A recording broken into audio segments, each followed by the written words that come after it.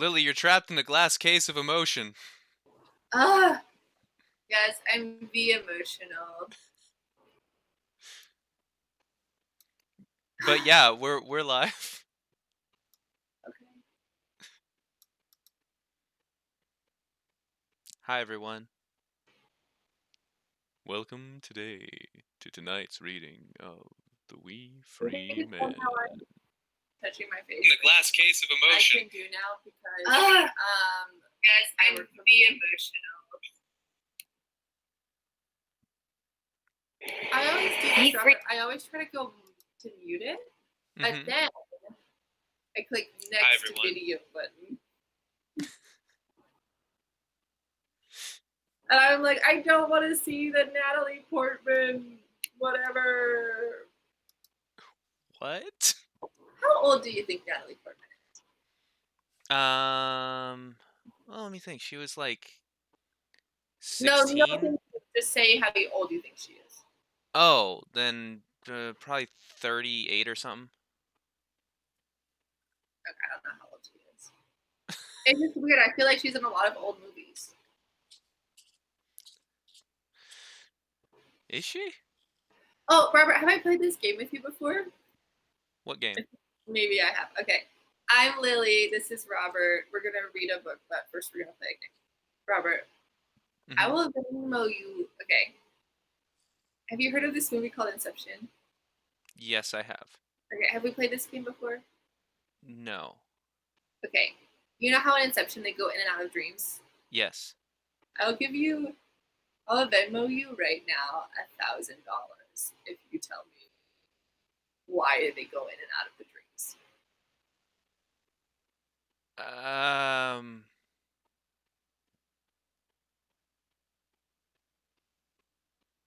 So I haven't actually seen Inception, but I'm going to guess that they go inside of the dreams to try and act as like either international espionage or like trying to find secrets, or they're like super cool mental health workers. Okay, number one, the second option would be a much better movie. Number two, this game works because nobody knows why. Oh. In and out of the dreams, except for one guy knew like everything. And I was like, this is too much. You shouldn't know. But like every person, like it's a fun game. You're like, tell me why they went, and they're like, to plant secrets. But you're like, yeah, but why? Nobody knows. Which is why it's a bad movie. Oh. So it's fine that I haven't seen it. It is fine. Cool. You know what you need to do. No. What I need to do is not see Inception still? Yeah. Okay. I mean, do what you want. I'm not like a figure of authority. Well, I mean, I didn't have any plans. I saw Memento and that was enough, Chris Nolan, for me. So, I mean, do you like the Batmans? Like the what? Of Christopher Nolan? The Batman. Oh, the Batman. Yeah, Batman. He's not involved in politics, but he is in the DC area. Oh, that joke is too good.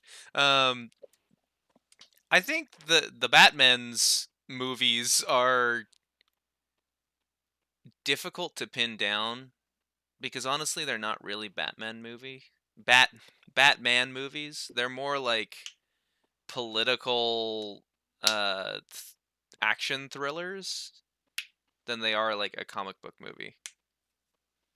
And if you take them that way, I think they work, but as a Batman movie, I don't think they really work that well.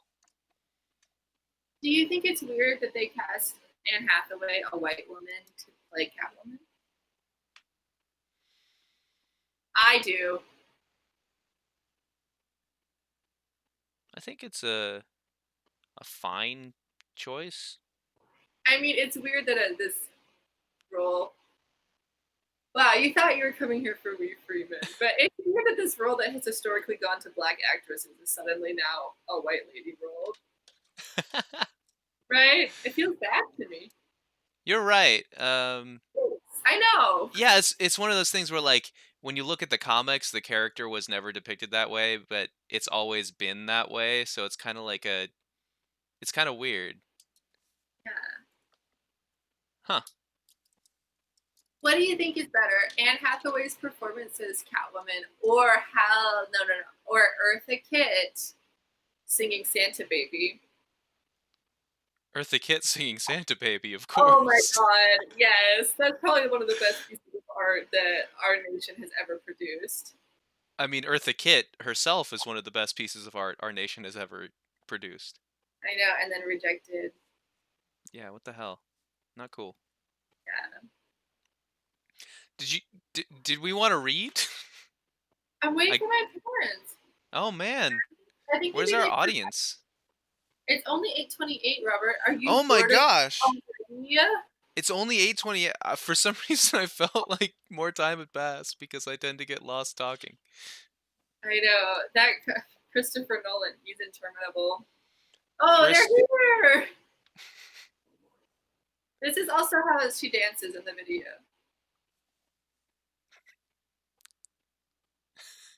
But a million times better.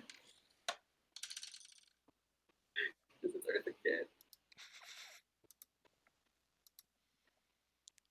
Eartha, Angel Kit.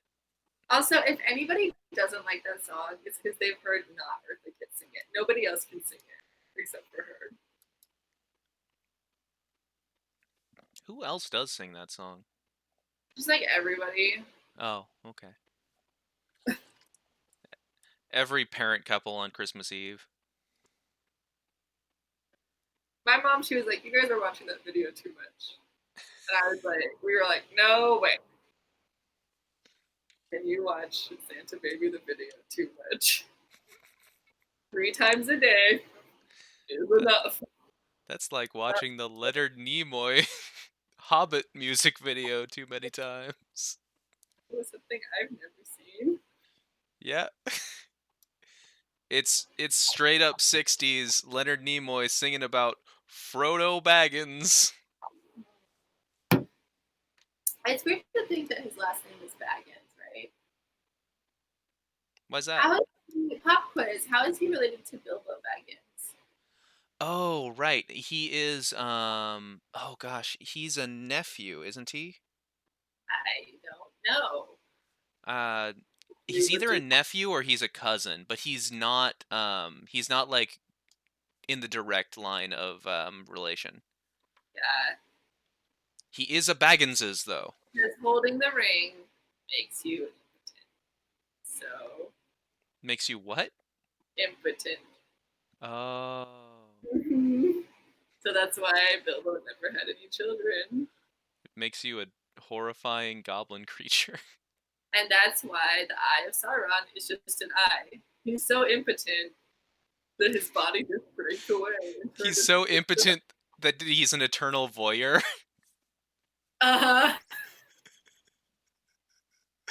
Oh, poor man. Is Sauron like? Is there a man there? Well, Sauron is a what is it? He's a Maiar, which is Oh like my! Here, I'm gonna start reading. a Middle Earth god of some sort. Oh wow!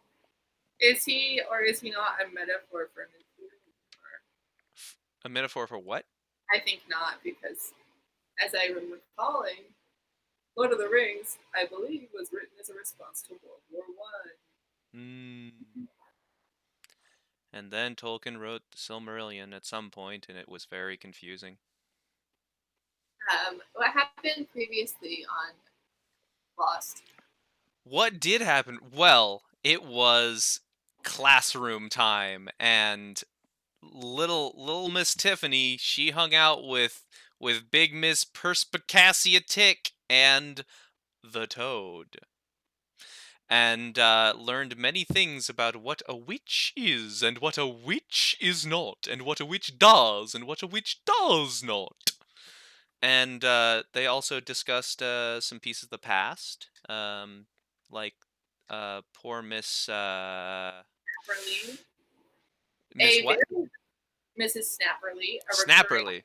memory for Tiffany, very formational. Very depressing story about a lady who was witch-like, and so everyone said she was a witch, and then, destroyed her entire life forever, because that's what humans do sometimes. And in the moment of learning that story, Miss Perspicacia Tick got very serious, as opposed to her annoying original self, and showed a different side of herself to little Tiffany. Okay, let's read Chapter 3, Hunt the Hag. Miss Tick removed her hat, reached inside, and pulled a piece of string.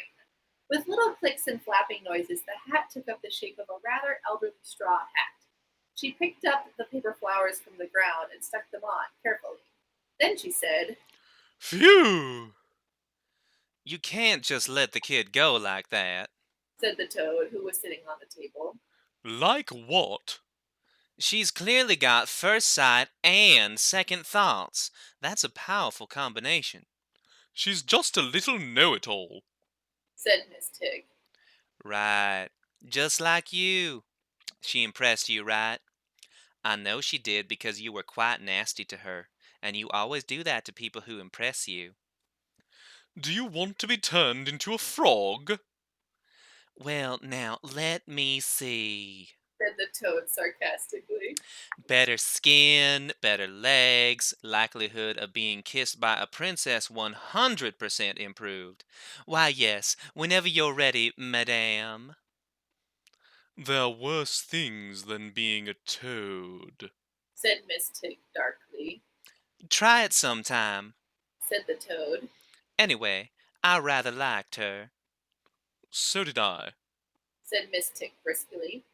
She hears about an old lady dying because these idiots thought she was a witch, and she decides to become a witch so that they don't try that again.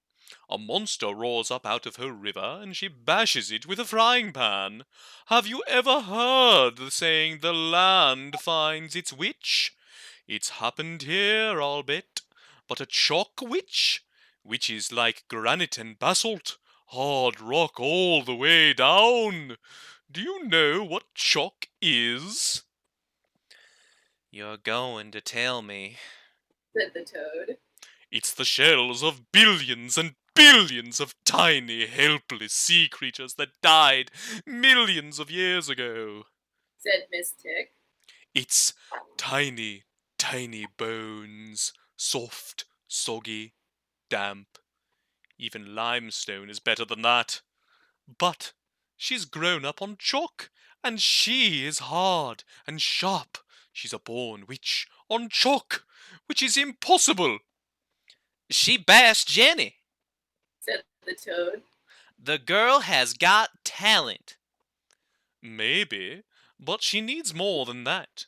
Jenny isn't clever. Said Miss Tig. She's only a grade 1 prohibitory monster, and she was probably bewildered to find herself in a stream when her natural home is in stagnant water. There'll be much, much worse than her. What do you mean, a grade 1 prohibitory monster? Asked the toad. I've never heard her called that. I am a teacher as well as a witch. Said Miss Tig, adjusting her hat carefully. Therefore, I make lists, I make assessments, I write things down in a neat, firm hand with pens of 2 colors. Jenny is one of a number of creatures invented by adults to scare children away from dangerous places. He sighed. If only people would think before they make up monsters. You ought to stay and help her. Said the toad. I've got practically no power here. Said Miss Tig. I told you, it's the chalk. And remember the red-headed men? A Mac-Feegle spoke to her, warned her. I've never seen one in my life. If she's got them on her side, who knows what she can do? She picked up the toad. Do you know what'll be turning up? she continued. All the things they locked away in those old stories, all those reasons why you shouldn't stray off the path, or open the forbidden door, or say the wrong word, or spill the salt. All the stories that gave children nightmares, or the monsters from under the biggest bed in the world. Somewhere, all stories are real, and all dreams come true. And they'll come true here if they're not stopped. If it wasn't for the Knack-Mack Feegle, I'd be really worried. As it is, I'm going to try and get some help. That's going to take me at least 2 days without a broomstick. It's unfair to leave her alone with them. Said the toad. She won't be alone. Said Miss Tick. She'll have you. Oh. Said the toad. Tiffany shared a bedroom with Fastidia and Hannah. She woke up when she heard them come to bed, and she lay in the dark until she heard their breathing settle down, and they started to dream of young sheep shearers out with their shirts off. Outside, summer lightning flashed around the hills, and there was a rumble of thunder. Thunder and lightning. She knew them as dogs before she knew them as the light and sound of a storm. Granny always had her sheepdogs with her, indoors and out. One moment they would be black and white streaks across the distant turf, and then they were suddenly there, panting, eyes never leaving Granny's face. Half the dogs on the hills were Lightning's puppies, trained by Granny Aiken. Tiffany had gone with the family to the big sheepdog trials. Every shepherd on the chalk went to them, and the very best entered the arena to show how well they could work their dogs. The dogs would round up sheep, separate them, drive them into pens, or sometimes run off or snap at one another because even the best dog can have a bad day. But Granny never entered with thunder and lightning. She'd lean on the fence with the dogs lying in front of her, watching the show intently, puffing her foul pipe. And Tiffany's father said that after each shepherd had worked his dogs, the judges would look nervously across at Granny Aiken to see what she thought. In fact, they all the shepherds watched her. Granny never ever entered the arena because she was the trials.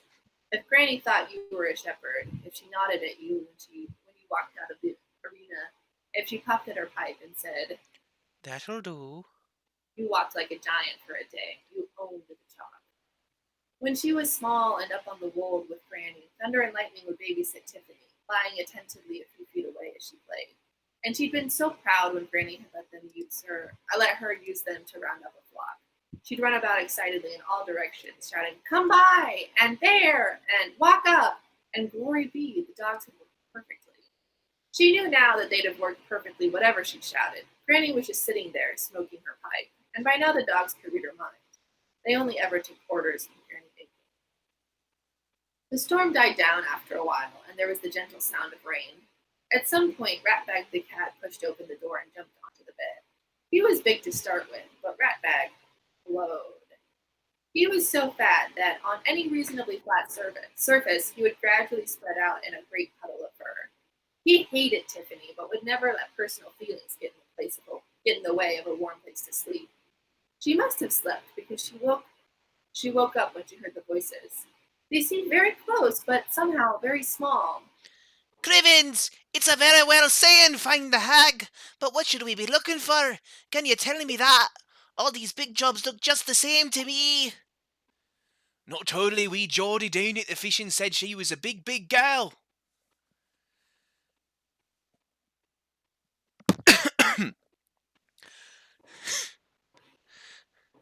A great big help that is, I dinna think. They're all big, big girls. You pair of dafties! Everyone knows a hag wears a pointy bonnet. So they cannot be a hag if they're sleeping then. Hello?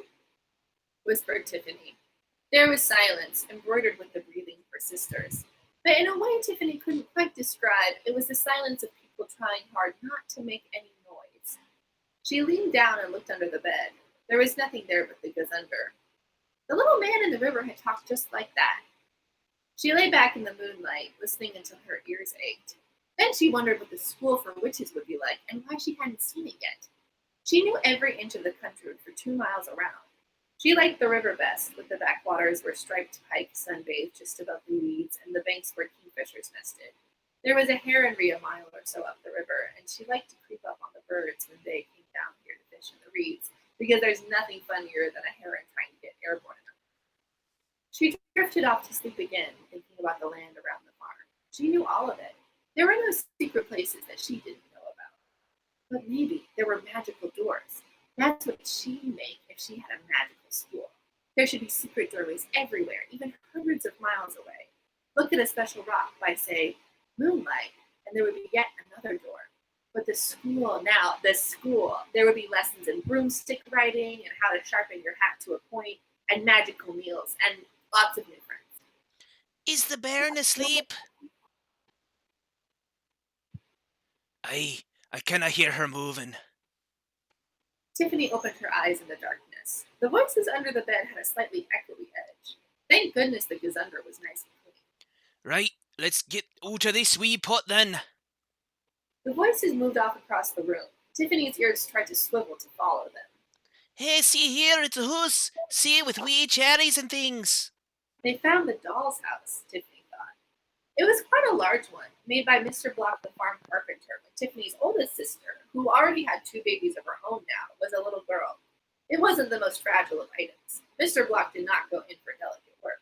But over the years, the girls had decorated it with bits of material and some rough and ready furniture. By the sound of it, the owners of the voices thought it was a palace. Hey, we're in the cushy stuff now. There's a bed in this room with pillows. Keep it down. We don't want any of them to wake up. Grivins, I'm as quiet as a wee moose. Arr! There's soldiers! What you mean, soldiers? There's redcoats in the room. They found the toy soldiers, thought Tiffany, trying not to breathe loudly.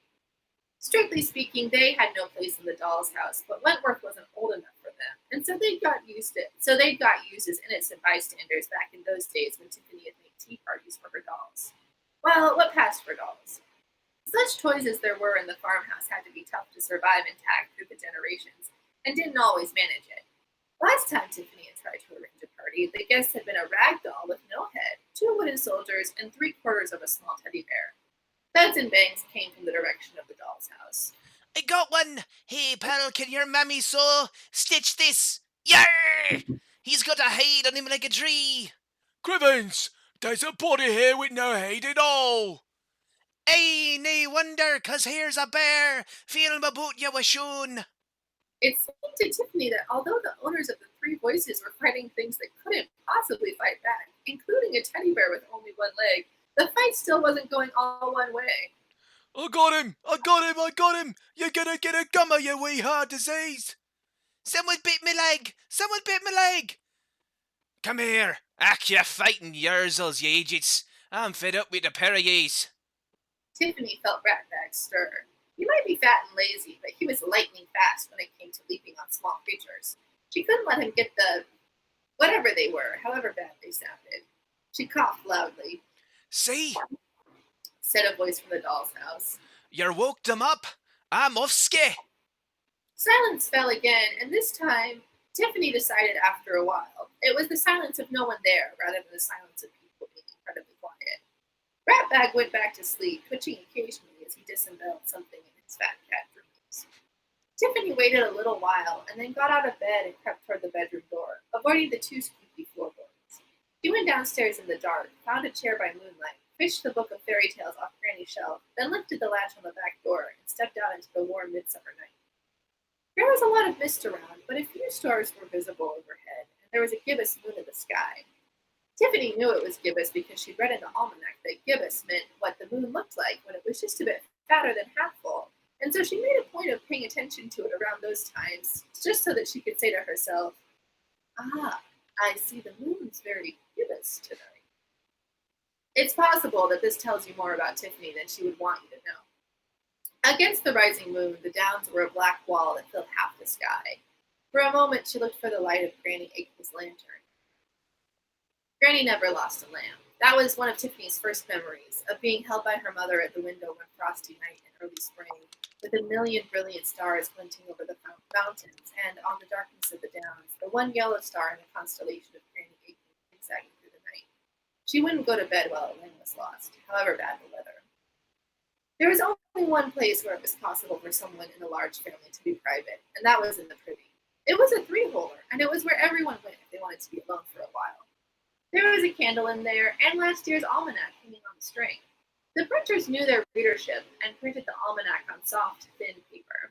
Tiffany lit the candle, made herself comfortable, and looked at the book of fairy tales. The moon gibbous to her through the crescent-shaped hole cut in the door. She never really liked the book. It seemed to her that it tried to tell her what to do and what to think. Don't stray from the path. Don't open that door, but hate the wicked witch because she is wicked. Oh, and believe that shoe size is a good way of choosing a wife. A lot of the stories were highly suspicious, in her opinion. There was the one that ended when the two good children pushed the wicked witch into her own oven. Tiffany had worried about that after all that trouble with Mrs. Snapperly. Stories like this stop people thinking properly, she was sure. She'd read that one and thought, excuse me? No one has an oven big enough to get a whole person in, and what made the children think they could just walk around eating people's houses in any case? And why does some boy too stupid to know a cow is worth a lot more than 5 beans have the right to murder a giant and steal all his gold? Not to mention commit an act of ecological vandalism. And some girl who can't tell the difference between a wolf and her grandmother must have either been as dense as teak or come from an extremely ugly family. The stories weren't real, but Mrs. Snapperly had died because of stories. She flicked past page after page, looking for the right picture. Because although the stories made her angry, the pictures were the most wonderful things she'd ever seen. She turned a page and there it was. Most of the pictures of fairies were not very impressive. Frankly, they looked like a small girl's ballet class that had just run through a bramble patch. But this one was different. The colors were strange and there were no shadows. Giant grasses and daisies grew everywhere, so the fairies must have been quite small, but they looked big. They looked like rather strange humans. They certainly didn't look much like fairies. Hardly any of them had wings. They were odd shapes, in fact. In fact, some of them looked like monsters. The girls in the tutus wouldn't have stood much chance. And the odd thing was that, alone of all the fairy pictures in the book, this one looked as if it had been done by an artist who had painted what was in front of him. The other pictures of the ballet girls and the romper suit babies had a made-up, syrupy look. This one didn't. This one said that the artist had been there, at least in his head, Tiffany thought. She concentrated on the bottom left-hand corner, and there it was. She'd seen it before, but you had to know where to look. There was definitely a little red-haired man, naked except for a kilt and a skinny vest, scowling out of the picture. He looked very angry, and Tiffany moved the candle to see more clearly. He was definitely making a gesture with his hand. Even if you didn't know it was a rude one, it was easy to guess. She heard voices. She pushed the door open with her foot to hear them better, because a witch always listens to other people's conversations. The sound was coming from the other side of the hedge, where there was a field that should have been full of nothing but sheep waiting to go to market. Sheep are not known for their conversation. She snuck out carefully in the misty dawn and found a small gap that had been made by rabbits, which just gave her a good enough view. There was a ram grazing near the hedge, and the conversation was coming from it, or rather, somewhere in the long grass underneath it. There seemed to be at least 4 speakers who sounded bad-tempered. Cribbins, we want a cool beastie, no a ship beastie. One's as good as t'other. Come on, lads, grab a hold of the egg. Oh, the keys in his shed. We talk what we can. Keep it down, will ya? Who's listening? Okay, lads, yan tan tetra. The sheep rose a little in the air and bleated in alarm as it started to go across the field backward. Tiffany thought she saw a hint of red hair in the grass around its legs, but that vanished as the ram was carried away into the mist. She pushed her way through the hedge, ignoring the twigs that scratched at her. Granny Enki wouldn't have let anyone get away with stealing a sheep, even if they were invisible. But the mist was thick, and now Tiffany heard voices from the hen house. The disappearing backward sheep could wait. Now the hens needed her. A fox had gotten twice the last 2 weeks, and the hens that hadn't been taken were barely laying. Tiffany ran through the garden, catching her nightdress on pea sticks and gooseberry bushes, and flung open the henhouse door. There were no flying feathers and nothing like the panic a fox would cause, but the chickens were clucking excitingly, and Prunes, the cockerel, was strutting nervously up and down. One of the hens looked a bit embarrassed. Tiffany lifted it up quickly. There were 2 tiny blue-haired men underneath. They were each holding an egg clasped in their arms. They looked up with very guilty expressions. Ach no! Said one. It's the bairn! She's the hag! You're stealing our eggs, said Tiffany. How dare you? And I'm not a hag. The little men looked at one another and then at the eggs. What eggs? Said one. The eggs you are holding, What? said Tiffany meaningfully. What? Oh, these? These eggs, are they? Said the one who'd spoken first, looking at the eggs as if he'd never seen them before. There's a thing, and there was us thinking they was stones. Stones. Said the other one nervously. We crawled under yon chooky for a wee bitty warmth, Said the first one. and there was all these things. We thought they was stones, which was why the poor fool was clucking all the time. Clucking. Said the second one, nodding vigorously. So we took pity on the poor thing and made sure to. Put the eggs back, said Tiffany slowly. The one who hadn't been doing much talking nudged the other one. Best do as she says. He said. It's a gang ugly. You can cross a aiken, and this one's a hag. She ding Jenny, and no one had ever done that before. I I didn't think of that.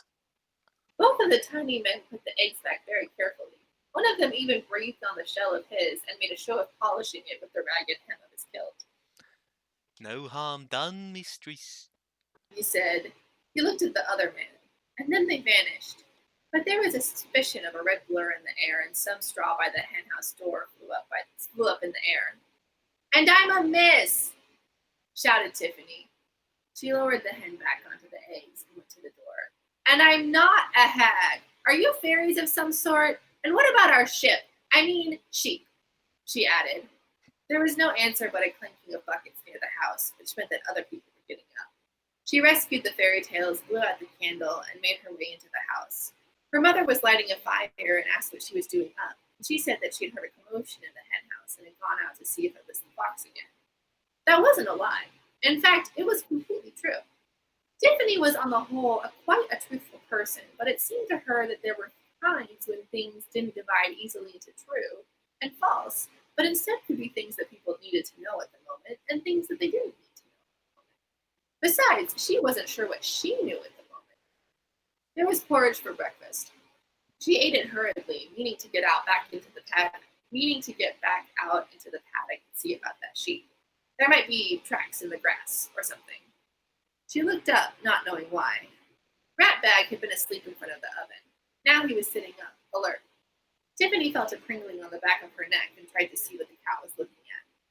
On the dresser was a row of blue and white jars that weren't very useful for anything. They'd been left to her mother by an elderly aunt, and she was proud of them because they looked nice but were completely useless. There was little room on the farm for useless things as things that looked nice, so they were treasured. Ratbag was watching the lid of one of them. It was rising very slowly, and under it was a hint of red hair and two beady, staring eyes. It lowered again when Tiffany gave it a long stare. A moment later, she heard a faint rattle, and when she looked up, the pot was wobbling back and forth, and there was a little cloud of dust rising along the top of the dresser. Ratbag was looking around in bewilderment. They certainly were very fast. She ran out into the paddock and looked around. The mist was off the grass now, and the skylarks were rising on the downs. If that sheep doesn't come back this minute, she shouted at the sky, there will be a reckoning. The sound bounced off of the hills, and then she heard, very faint but close by, the sound of small voices. What did the hag say? Said the first voice. She said there'd be a reckoning. Oh, Willie, we're in trouble now. Tiffany looked around, face red with anger. We have a duty, she said to the air and the grass. It was something Granny Aching had said once when Tiffany was crying about a lamb. She'd said, We are as gods to the beasts of the field, my jigget. We order the time of their birth and the time of their death. Between times, we ha a duty. We have a duty, Tiffany repeated more softly. She glared around the field. I know you can hear me, whoever you are. If that sheep doesn't come back, there will be trouble. The lark sang over the sheepfolds, making the silence deeper. Tiffany had to do the chores before she had any more time to herself. That meant feeding the chickens and collecting the eggs, and feeling slightly proud of the fact that there were two more than there might have otherwise been. It meant fetching 6 buckets of water from the well and filling the log basket by the stove. But she put off those jobs because she didn't like doing them much. She did quite like churning butter, though. It gave her time to think. When I'm a witch with a pointy hat and a broomstick, she thought as she pumped the handle, I'll wave my hand and the butter will come like that. And any red-headed devils who even think about taking our beasts will be. There was a slopping sound behind her where she lined up the 6 buckets to take to the well. One of them was now full of water, which was still sloshing backward and forward. She went back to the churning as if nothing had happened, but stopped after a while and went over to the flour bin. She took a small handful of flour and dusted the doorstep, and then went back to churning. A few minutes later, there was another watery sound behind her. When she turned around, there was, yes, another full bucket. And in the flour on the stone doorstep were just 2 lines of footprints, one leading out of the dairy and one coming back. It was all Tiffany could do to lift one of the heavy wooden buckets when it was full. So, she thought, they are immensely strong as well as being incredibly fast. I'm really being very calm about this. She looked up at the big wooden beams that ran across the room, and a little dust fell down, as if something had moved quickly out of the way. I think I ought to put a stop to this right now, she thought. On the other hand, there's no harm in waiting until all the buckets are filled up. And then I'll have to fill the log box in the scullery, she said aloud. Well, it was worth a try. She went back to the churning and didn't bother to turn her head when she heard 4 more sloshes behind her. Nor did she look around when she heard little whoosh whoosh noises and the clatter of logs in the box. She stopped to turn to see only when the noise stopped. The log box was full up to the ceiling, and all the buckets were full. The patch of flour was a mass of footprints. She stopped churning. She had a feeling that eyes were watching her. A lot of eyes. Thank you, she said. No, that wasn't right. She sounded nervous. She let go of the butter paddle and stood up, trying to look as fierce as possible. And what about our sheep? She said. I won't believe you're really sorry until I see the sheep come back. There was a bleating from the paddock, a bleating. She ran out to the bottom of the garden and looked through the hedge. The sheep was coming backward and at high speed. It jerked to a halt a little way from the hedge and dropped down as the little man let it go. One of the red-headed men appeared for a moment on its head. He hopped on a horn, polished it with his kilt, and vanished in a blur. Tiffany walked back to the dairy, feeling thoughtful. When she got back, the butter had been churned. Not just churned, but patted into a dozen fat golden oblongs on the marble where she used when she did it. There was even a sprig of parsley on each one. Are they brownies? She wondered. According to the fairy tales, brownies hung around the house for doing chores in exchange for a saucer of milk. But in the picture, they'd been cheery little creatures with long, pointy hoods. The red-haired men didn't look as if they'd ever drunk milk in their lives, but perhaps it was worth a try. Well, she said aloud, still aware of the hidden watchers, that'll do. Thank you. I'm glad you're sorry for what you did. She took one of the cat saucers from the pile by the sink, washed it in the sink, and filled it with milk from today's churn and put it down on the floor and stood back. Are you brownies? She said. The air blurred. Milk splashed across the floor and the saucer spun around and around. So I'll take that as a no, then, said Tiffany. So what are you? There were unlimited supplies of no answer at all. She lay down and looked under the sink, then peered behind the cheese shelves. She stared up into the dark, spidery shadows of the room. Felt empty. And then she thought, I think I need a whole egg's worth of education in a hurry. Tiffany had walked along the steep track from the farm into the village hundreds of times. It was less than half a mile long, and over the centuries the carts had worn it down so that it was more like a gully in the chalk and ran like a milky stream in wet weather. She was halfway down when the susurrus started. The hedges rustled without a wind. The skylarks stopped singing, and while she hadn't really noticed their song, their silence was a shock. Nothing's louder than the end of a song that's always been there. When she looked up at the sky, it was like looking through a diamond. It sparkled, and the air went cold so quickly that it was like stepping into an icy bath.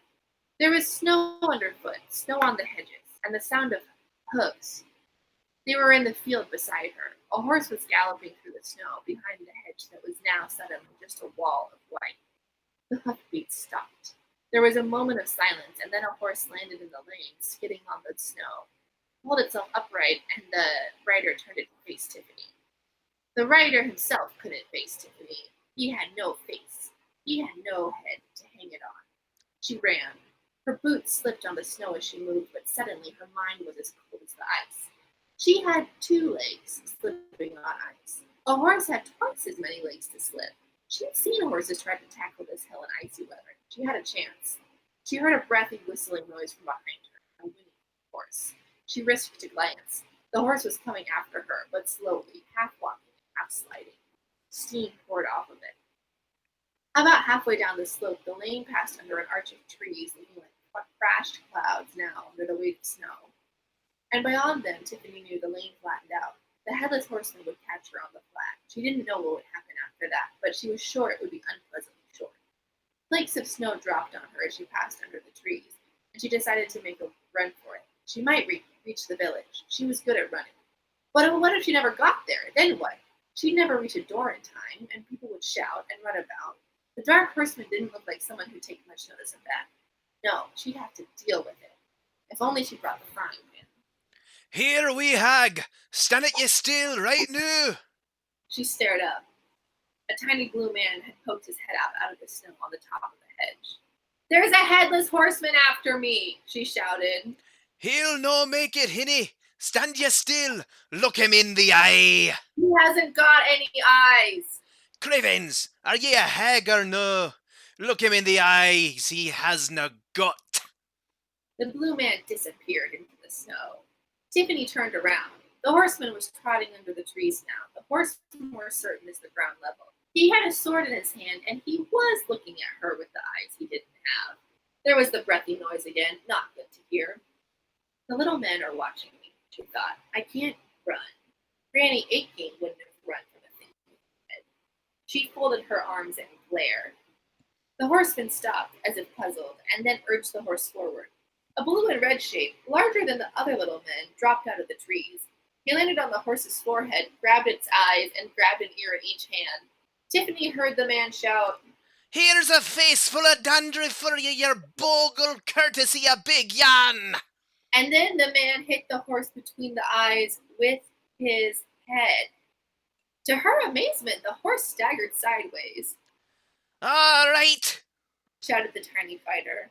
big toughie is ye, once more, with feeling. This time the horse danced uneasily the other way, and then its back legs slid out from under it, and it collapsed in the snow.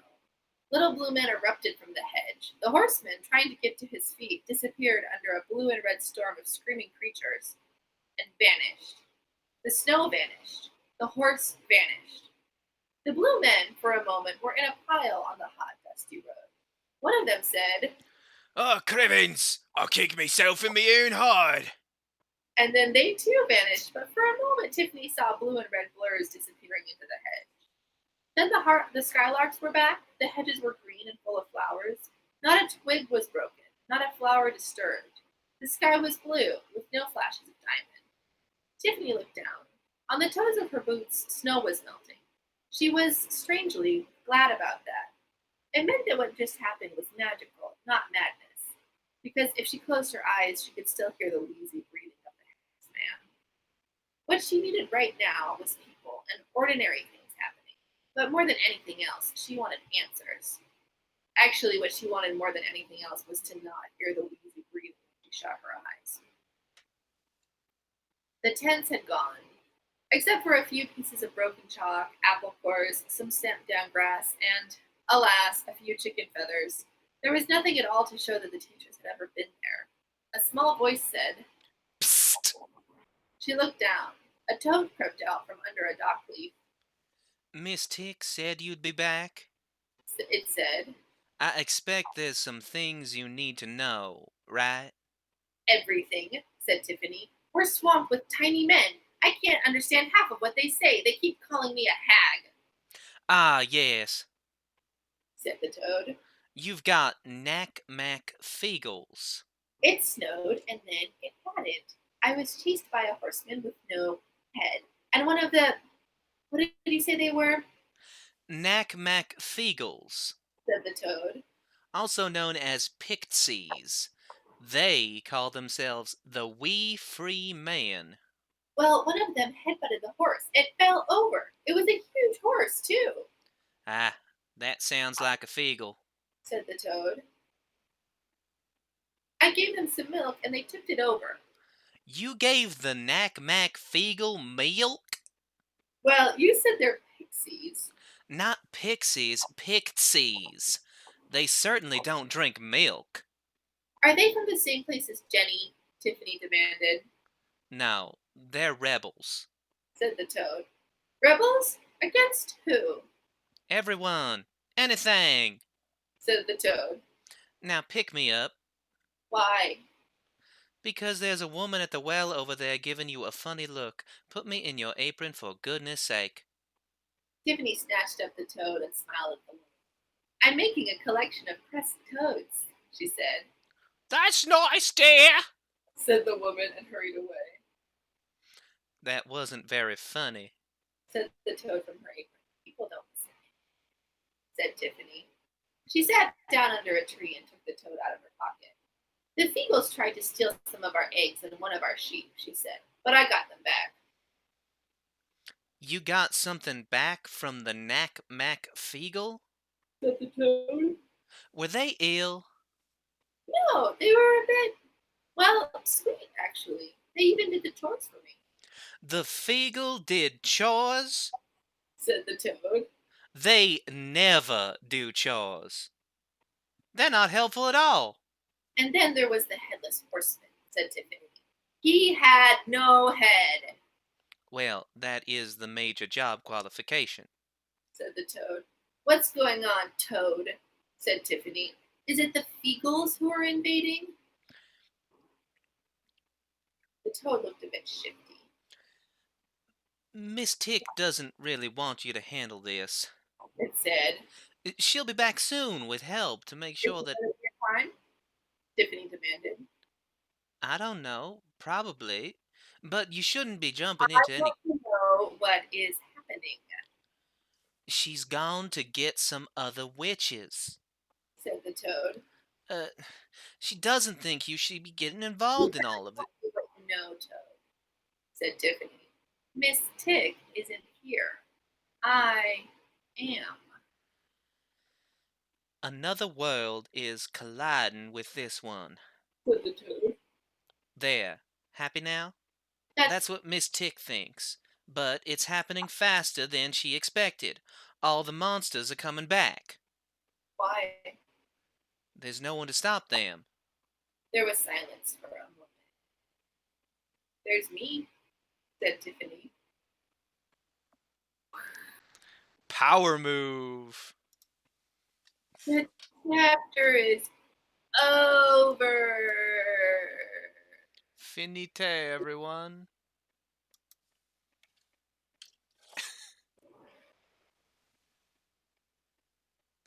I hope you enjoyed tonight's reading of The We Free Men, Chapter Also, our 3. discussion of Christopher Nolan's filmography. Yes. Really important. Yes. Always remember, Inception, they don't do it for a reason. Santa baby, I run a yacht and really that's not a lot. Okay, bye. Now we're getting demonetized. Bye bye. Gonna end the stream right now. Bye. You know, Yeah, it's over. bye.